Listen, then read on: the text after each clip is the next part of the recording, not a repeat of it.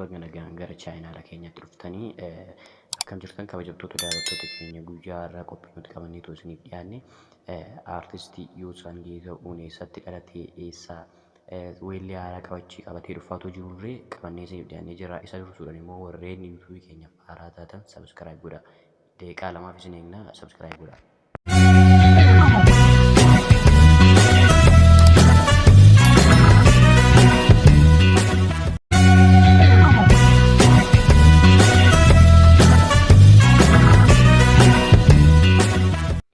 Subscribe gootaniitu jennee tamannaa kanatti aansuudhaan kan gara qophii keenyatti isin dabarsina guyyaa har'aa. Artistii Yoosan Geeta'uun yeroo ammaa kanatti nama sirba qal'aa'ilumaan uummata isaa biratti dafeetu beekamedha jechuudha.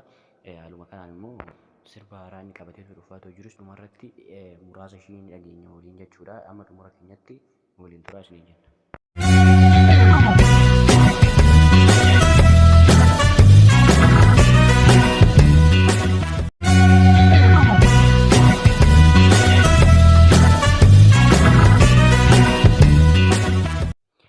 Daawwattoota keenya weelleen Yoosan Geeta'uun yeroo jalqabaatiif qabatee gara uummata isaatti dhufe weellee jaalladhii jedhudha. Innis jaalladhii jechuun nama saba isaatiif qabsaa'eetoo achi buuteessaa dhabamedha jechuudha. Sirbi inni baase kun weellee nama biratti jaallatama guddaa argatedha jechuudha.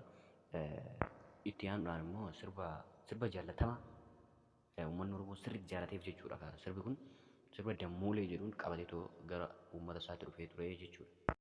Sadaffaa irratti immoo sirbi Yoosan Geeta'uun qabateetoo gara uummata isaatti dhufe sirba Obsa jedhudha. Sirbi isaa kun yoo xiqqaate viyuu miliyoona 500 ol ga'ee jira yeroo ammaa kana.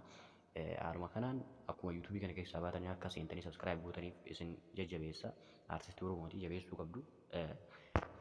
Walumaa galatti bakka aartistiin kun hin jijjiirameetoo akka aartistii yaadamuuti jechuudha.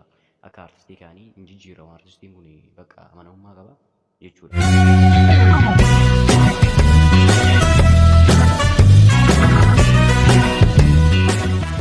Egaa akka daawwattoota keenya namni ani Oromoo dheedee yuutuubii kana oduu sabskiraayib laayik sheer osoo hin godhin akka nama biraan dabaran isiniin jedha.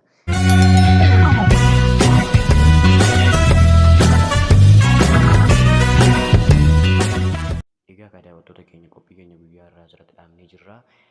Guyyaa itti aanu akka walaqa robdii qabnaa nagaatti.